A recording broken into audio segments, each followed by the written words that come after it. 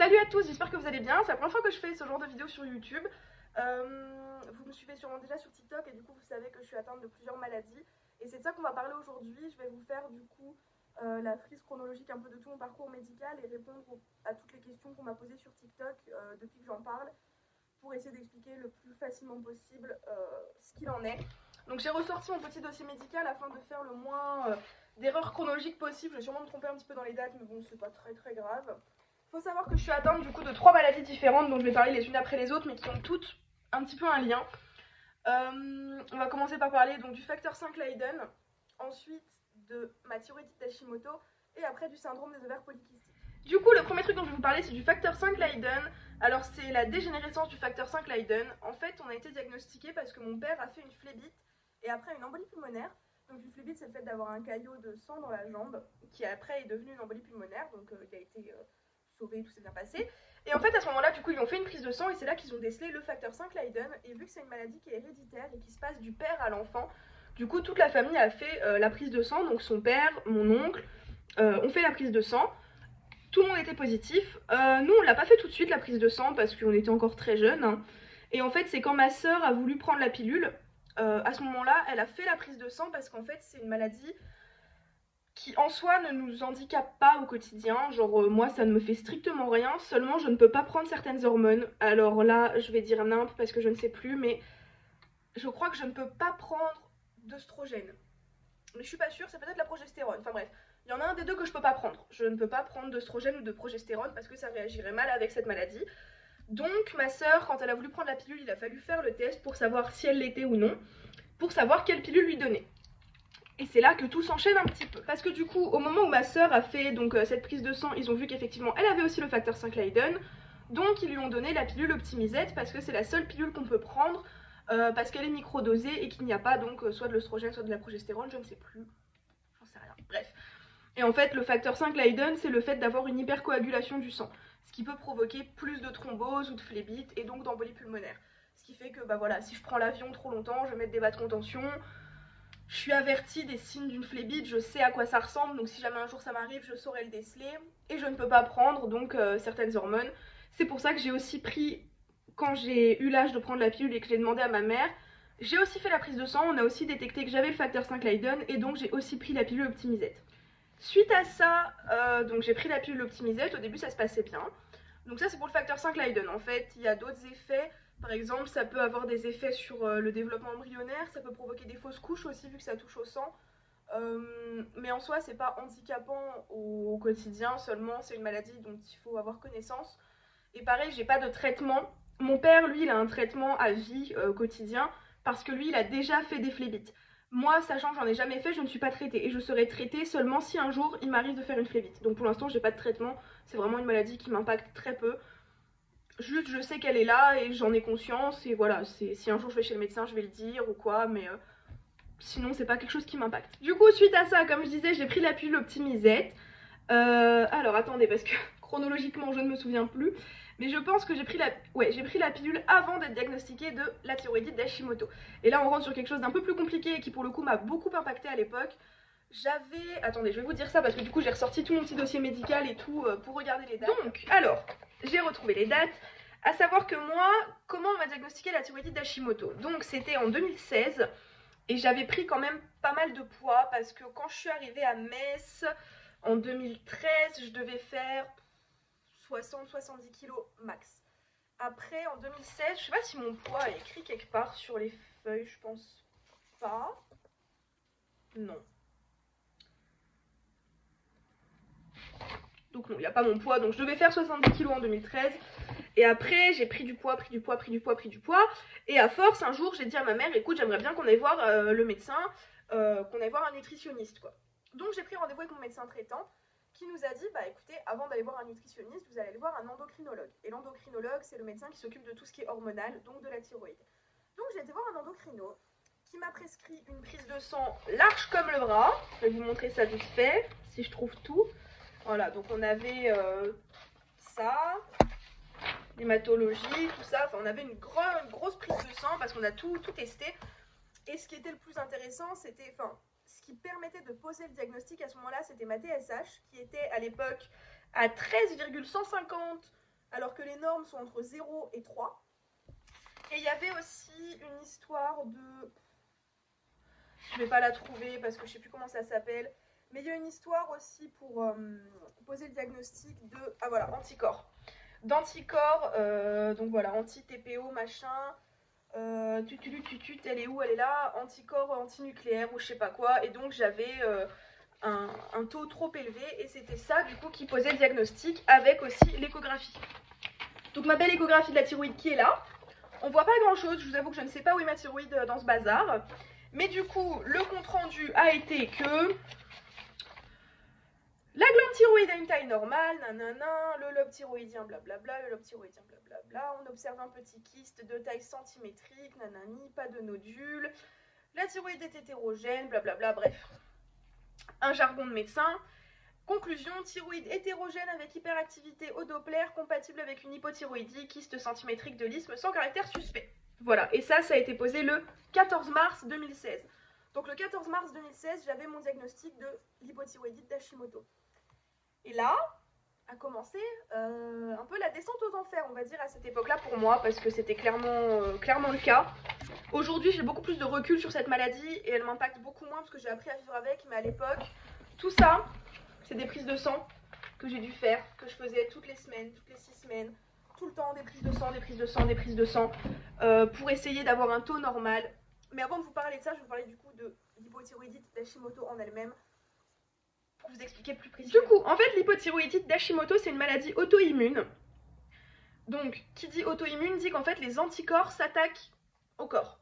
Ce qui fait que moi, ma thyroïde, donc la thyroïde, c'est là, c'est en forme de papillon, c'est une glande qui gère franchement tout, parce que dès que ça sécrète des hormones, ça gère tout, enfin ça gère tout, c'est un truc de fou. Et en fait, l'hypothyroïdite d'Hashimoto, c'est donc une maladie auto-immune, donc en fait mes anticorps attaquent ma thyroïde et croient que c'est un corps étranger. Comme par exemple, tu aurais, je sais pas moi, un virus, bah tes anticorps ils vont attaquer le virus pour le faire partir. Et ben en fait mes anticorps, mes globules blancs s'attaquent à ma thyroïde comme si c'était un corps étranger et comme si c'était quelque chose qui n'était pas à sa place. À savoir que c'est aussi une maladie qui est très fluctuante. Donc en fait moi, dans mon cas particulier, parce que pour moi, de l'expérience que j'ai, après en avoir parlé avec beaucoup de monde, une maladie hormonale, il y a autant de maladies hormonales qu'il y a de personnes en fait, parce qu'on réagit pas tous pareil du tout par rapport à ça. Donc en fait, il y a des jours où ça va aller, parce que ma thyroïde, c'est un truc un peu compliqué, mais en gros, quand ma thyroïde, elle sécrète des hormones, attendez, là on rentre dans le... Quand ma thyroïde, elle travaille, et qu'elle sécrète les hormones qu'elle est censée sécréter, donc quand elle fait son travail, elle sécrète de la T3. À ce moment-là, vu qu'elle travaille, mes anticorps, ils se disent, qu'est-ce qu'elle fout là, on la bute. Donc, mes anticorps attaquent ma thyroïde, et c'est là que se produit tout le cercle vicieux. Quand ma thyroïde travaille, elle se fait attaquer. Quand elle se fait attaquer, elle arrête de travailler. Quand elle arrête de travailler, j'ai pas d'hormones, je suis dans la merde. En gros, c'est ça. Il y a des moments où mes anticorps ne l'attaquent pas trop. Je sais pas comment ça marche. Franchement, mais il y a des moments où ça va. Là, par exemple, si j'essaye de trouver ma dernière prise de sang, je sais pas où elle est, ma dernière prise de sang, mais ça date de quand ça? 2018, non, c'est pas du tout ça que je veux. Bref, en gros, ma dernière prise de sang, j'avais pas pris mes médicaments depuis un très long moment parce que mon traitement c'était encore... En fait, il y a tellement à dire sur Hashimoto que je ne vais jamais m'en sortir. Mais faut pas que je fasse comme ça, faut que je reste chronologique, sinon vous allez vous perdre. Donc on reprend depuis le début. Je suis diagnostiquée de la thyroïdite d'Hashimoto en mars 2016. Donc, je suis diagnostiquée de la thyroïdite d'Hashimoto en mars 2016. Et de là commence un peu la descente aux enfers. Donc on va commencer à faire des prises de sang très régulièrement. Donc toutes les 6 semaines parce que la TSH se renouvelle toutes les 6 semaines. Alors la TSH c'est... je sais pas. Au début, ils dosaient la TSH, la T3 et la T4 parce que c'est pas les mêmes hormones. C'est-à-dire que quand on m'a diagnostiqué, on m'a donné un traitement, donc on m'a donné du lévothyrox. Au début à très petite dose et après on l'a augmenté petit à petit. Et en fait, le lévothyrox c'est de la T4. La T4 qui, une fois dans mon corps, va être transformée en T3. Et la T3, c'est l'hormone qui est sécrétée par la thyroïde et qui, par je ne sais quel miracle de la médecine que je ne comprends pas, se traduit en TSH sur les prises de sang. Bref, moi tout ce que je sais, c'est que je dois avoir un taux entre temps et temps, sinon ça va pas. Donc au début, je prenais mon traitement à la lettre, hein, je suivais mon traitement petit à petit comme il fallait. Ça n'allait pas. Ça ça n'allait pas du tout. Il y a des périodes où ça allait beaucoup moins que d'autres. Comme je disais, c'est une maladie qui fluctue, donc il y a des périodes où ça va, il y a des périodes où ça va pas du tout. Sauf que moi à l'époque je savais pas déceler ça, je savais pas déceler les moments où ça allait, les moments où ça allait pas. Et c'était très compliqué, c'est-à-dire que je prenais mon traitement, alors j'ai commencé à 25, puis 50, puis 75, puis 100, puis 150. À savoir que 150 à 17 ans, c'est beaucoup. Normalement, c'est des personnes qui sont atteintes d'hypothyroïdie depuis 40 ans qui vont être à 150. Enfin, c'est un très gros taux de médicaments en fait, c'est beaucoup 150 microgrammes. Mais j'étais déjà à ce stade-là parce qu'en fait ma TSH elle ne descendait pas. Genre vraiment ça ne changeait rien. Donc j'ai continué à prendre mon traitement comme il fallait, mais les effets secondaires ne se sont pas arrêtés. Les effets de la thyroïdite d'Hashimoto ne se sont pas arrêtés et ne se sont jamais arrêtés parce que... Est-ce que je réagissais mal au traitement? Est-ce que c'est parce que j'étais encore en pleine puberté? Enfin, dès que c'est hormonal, c'est tellement compliqué à expliquer que moi je veux pas vous parler de médecine ou quoi, je vais vous parler de mon propre ressenti en fait. Donc moi, ce que j'avais comme symptôme, alors le premier symptôme ça a été la prise de poids. Non, que dis-je? C'est faux. Le tout premier symptôme ça a été les douleurs articulaires. Les douleurs articulaires qui ont commencé quand j'étais en 6e, 5e, je me plaignais du dos, je me plaignais des genoux, je me plaignais des hanches. Pour les genoux, à l'époque, j'avais fait des échographies, des radios, il n'y avait rien. Pour les hanches, j'avais fait des échographies, des radios, il n'y avait rien, c'était dans ma tête. Ça a toujours été dans ma tête. Le gros problème avec cette maladie, et ces maladies-là, c'est que c'est dans votre tête, madame. Okay. Donc déjà, t'apprends à... Quand t'as fait 15 médecins et qu'on te dit c'est dans la tête, on y reviendra parce que là, je me perds encore. Donc, cette vidéo va durer 1000 ans, c'est horrible. Et je me perds, c'est n'importe quoi. Je disais donc que j'avais énormément de symptômes. Le premier, ça a été les douleurs articulaires. Ensuite, ça a été la prise de poids. Après la prise de poids, on a eu la perte de cheveux. Après, c'était surtout lié au traitement parce que j'ai eu l'impression que quand on a commencé à me traiter, après c'est surtout qu'on a commencé à me traiter au moment où j'étais au plus fort de la maladie, je pense, au moment où la maladie s'est vraiment déclenchée, parce que là j'ai tout qui est sorti en même temps. Couplé à la pilule que je prenais, on n'oublie pas que je prenais la pilule en même temps, qui est forcément une très mauvaise idée, hein, de couper des hormones, plus des hormones, plus des hormones, bref. Ça n'allait pas, mon corps était, mais rien n'allait, c'était horrible, et j'étais surtout dans une détresse dans le sens où rien n'allait, mais tout le monde s'en foutait. Personne n'entendait que ça allait mal, que ce soit les médecins, que ce soit ma famille, personne n'entendait que ça allait mal parce que c'était dans ma tête. C'était tout le temps dans ma tête. Parce que forcément, quand t'es une jeune fille de 16 ou 17 ans qui te dit qu'elle a mal là, qu'elle a mal là, qu'elle a mal là, ouais, c'est juste une gamine qui veut sécher les cours, qui veut être dispensée de sport, blablabla, blablabla. Bref, c'était très drôle. Du coup, après la prise de poids, on a détecté, enfin j'ai détecté donc en symptômes, je vais essayer de tous les dire, mais après ça va encore être compliqué parce qu'il y a le SOPK, enfin bref. C'est pour ça que je dis que tout est un gros... comme ça, tout mélangé. Donc on avait les douleurs articulaires, la prise de poids, la perte de cheveux, la sécheresse cutanée un petit peu, j'avais la peau sèche par endroits, des problèmes de transit. Donc là je vais pas être glamour, mais je pense que ça fait depuis 2016, voire un peu avant, allez, peut-être un peu moins, on va dire 4-5 ans pour être large, que j'ai pas eu des selles normales. Voilà, c'est-à-dire qu'il y a des gens qui sont constipés de temps en temps et qui ont la diarrhée de temps en temps. Non, moi c'est... Soit je suis constipée comme une malade, et encore, ça arrive 2 fois par an, sinon j'ai tout le temps la diarrhée en fait. Je n'ai jamais de selles normales depuis que j'ai eu cette maladie-là. Donc des problèmes de transit qui sont très lourds à vivre. On dirait pas, mais je pense que les problèmes de transit, c'est un des trucs les plus handicapants. Parce que... Enfin, tout est handicapant, mais les problèmes de transit, c'est quand même très lourd quand tu travailles, ou n'importe quand. C'est-à-dire qu'avec ce genre de problème de transit, parce que du coup, lié à Hashimoto, j'ai aussi le syndrome du côlon irritable. Ce qui fait que quand j'ai besoin d'aller faire caca, on va parler, hein, quand j'ai besoin d'aller faire caca, c'est soit j'y vais tout de suite, soit l'expression torboyau est réelle. J'ai l'impression qu'il y a quelqu'un avec une fourche dans mon ventre qui tourne. Et c'est horrible. La douleur est indescriptible. Ça m'est déjà arrivé d'être au travail et de ne pas pouvoir aller aux toilettes et d'avoir ce genre de douleur. Et là, tu t'accroupis derrière le bar, parce que je bossais en restauration, et tu te crispes et t'attends. Tu te retiens déjà, tu te retiens tout ce que tu peux, parce que sinon tu fais sur toi. Et ça fait mal, ça fait très mal de se retenir dans ces cas-là. Et tu te retiens tout ce que tu peux, et t'attends que ça passe. Et après, au bout d'un moment, ça passe. Mais c'est très douloureux de faire passer ce genre de crise, en fait. de se retenir d'aller aux toilettes quand tu as ce genre de syndrome, c'est très douloureux, très très douloureux. Donc ça, c'était un énorme symptôme. Les problèmes intestinaux, c'est un énorme symptôme qui me gâche encore la vie aujourd'hui.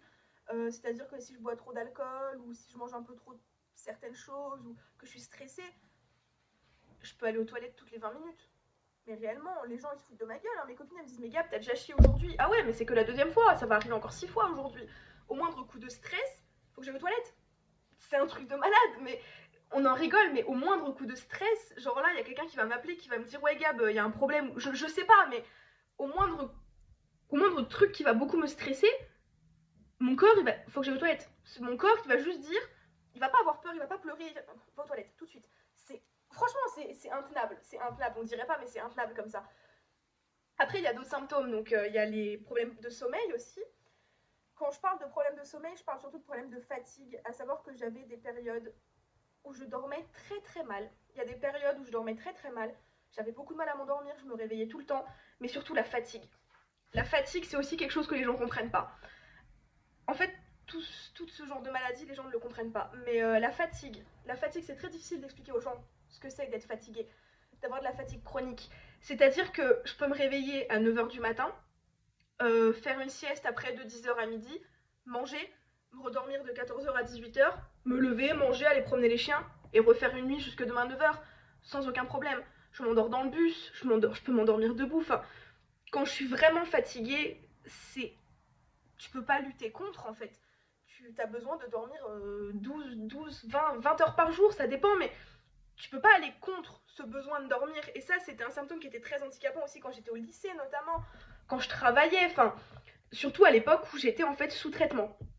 Parce que toute cette époque-là, c'était quand j'avais donc ce traitement, donc le lévothyrox et la pilule, parce que c'était des choses qui sont conjointes, et c'était très très difficile à vivre, parce que la fatigue chronique ainsi que tout, enfin, c'est très dur à expliquer, les gens ne comprennent pas, ouais, la flemmarde, elle dort tout le temps, blablabla. Je préférerais ne pas dormir. Il y a des moments où je préférerais ne pas dormir, mais quand t'as pas... Enfin, c'est comme ça. Donc ça, c'est aussi un symptôme qui est très, très lourd et très dur à faire comprendre aux gens. Après, j'ai déjà parlé des douleurs articulaires qui sont aussi très envahissantes. On a des troubles de la libido aussi, mais ça c'était surtout à cause de la pilule, je pense, parce que ça s'est quand même assez calmé.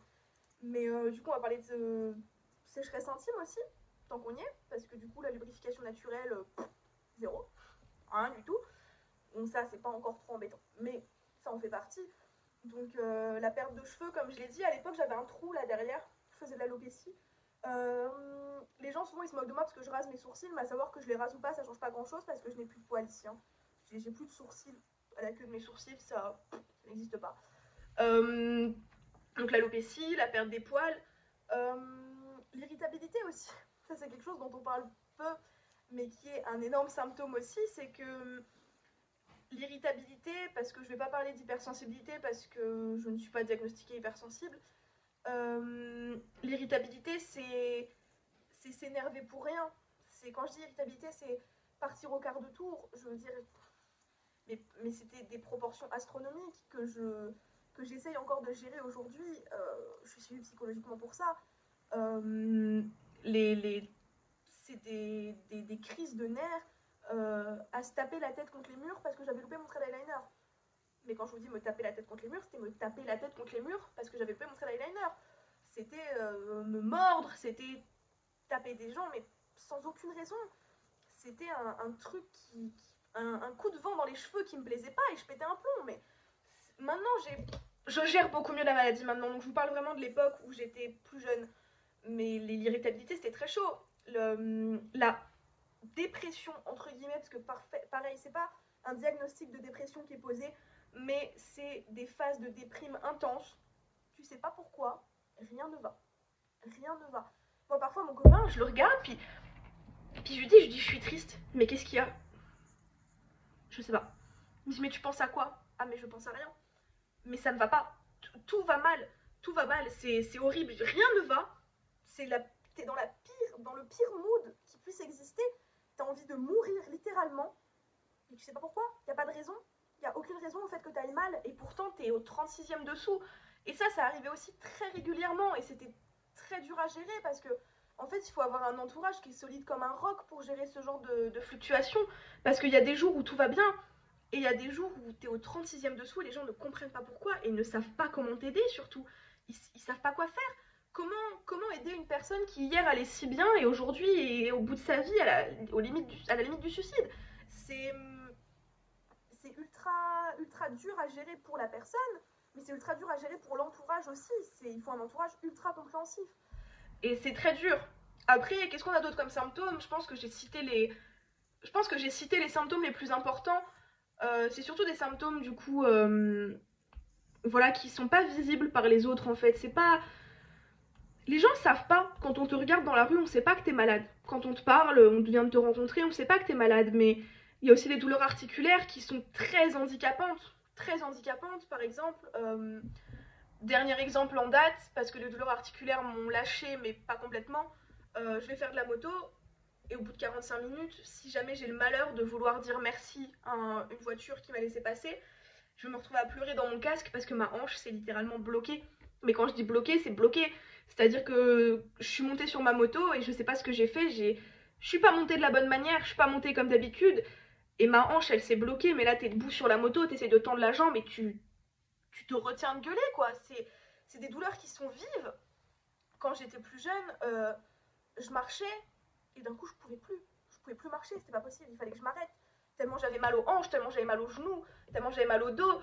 Et là aussi, parce que il y a énormément c'est un combat contre les médecins qui est perpétuel aussi, hein, parce que comme je disais, c'était dans ma tête. C'était un combat perpétuel aussi par rapport aux douleurs articulaires, parce que c'était un de mes premiers symptômes. C'était dans ma tête et surtout, j'étais grosse. Le plus gros problème de mes articulations, c'est que j'étais grosse. Sauf que non, parce que les douleurs à la nuque, les douleurs aux épaules et les douleurs aux poignets, c'était pas dû à cause de mon poids, parce que je marche pas sur les mains. Voilà. Je fais pas des marathons sur les mains et pourtant j'ai très mal aux épaules et j'ai très mal aux poignets. Parfois je peux pas dormir comme ça. Bah là par exemple ça me fait mal. Après c'est peut-être à cause du vaccin ça. Mais parfois j'ai le poignet qui se bloque quand je conduis. Ça me fait mal. Enfin la nuque c'est. Mais en fait je sais pas si j'ai moins de douleurs qu'avant ou si j'ai juste appris à vivre avec. Je les ressens plus autant qu'avant les douleurs. Sauf la hanche. Parce que là par contre les hanches c'est. Voilà, hanche qui se bloque. Vraiment je le souhaite à personne. Ça fait un mal de chien. Mais de chien. Pour les symptômes, je pense qu'on a à peu près fait le tour. Après, je pourrais passer 1 heure à parler des symptômes et de tout ce qui en découle parce que c'est tellement un amas de. La thyroïde gère tellement tout que ça fait un gros nœud et c'est. Il y a tout qui en découle.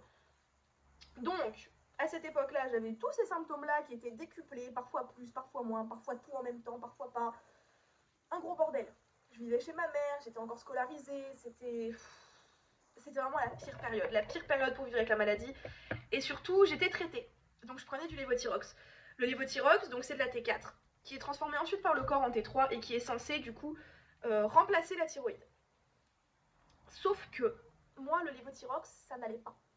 Ça n'allait pas du tout. Alors je ne sais pas comment expliquer, mais ça n'allait pas. Je ne prends plus de traitement depuis très longtemps, bientôt 3-4 ans je pense. Déjà 3 ans, facile. Ça fait au minimum 3 ans que je prends plus de traitement pour la thyroïde. Non, n'importe quoi. 2 ans. Ça fait minimum 2 ans que je ne prends plus mon traitement pour la thyroïde. Et ça va mieux. Mais il y a des moments où je sens que je rechute. Parce que comme je disais tout à l'heure, c'est une maladie auto-immune. Donc il y a des périodes où si ma thyroïde elle produit trop, et ben mes anticorps vont l'attaquer. Donc ça va arrêter. Donc je vais ressentir encore une fois toute cette vague de symptômes. Et à ce moment-là, je vais me dire, ok Gabrielle, là ça va pas. Parfois je me dis putain mais ça fait 1 semaine j'ai mal là, puis je dors mal. Ah bah oui Gabrielle, il faut prendre ton traitement. Et là pendant 1 semaine ou 2, je vais prendre un cachet de lévothyrox tous les matins parce que j'ai toujours une boîte qui traîne et ça va aller. Maintenant je m'auto-gère, je fais de l'automédication, c'est pas forcément conseillé. Je ne conseille à personne de le faire sans l'accord de son médecin. Moi j'en ai parlé avec mon médecin, il m'a dit ok vas-y, pompez-le. Donc voilà, ça a coupé à cause de la batterie. Et donc je ne prends plus mon traitement, sauf quand j'en ai besoin.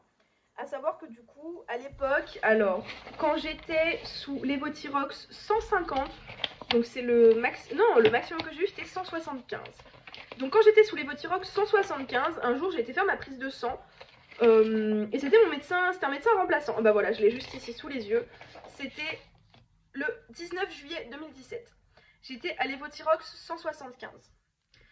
Et je vais faire ma prise de sang et mon médecin traitant n'était pas là, donc c'était son remplaçant. Donc c'est lui qui m'a prescrit la prise de sang. Je fais la prise de sang. Et là, le médecin, il appelle ma mère. Il dit, mais madame, votre fille, ça va? Ma mère, elle dit, bah, ouais, tranquille, enfin, elle fait sa vie, quoi. Et le médecin, il a dit, non, mais c'est pas possible, elle devrait même pas pouvoir marcher. Ma mère, elle dit, mais pourquoi? Et en fait, on a reçu la prise de sang et j'étais à 19,87 de TSH. Et c'est énorme. Le médecin, il a dit à ma mère, normalement, à partir de 15, on est hospitalisé. Et moi, tout allait bien à cette période.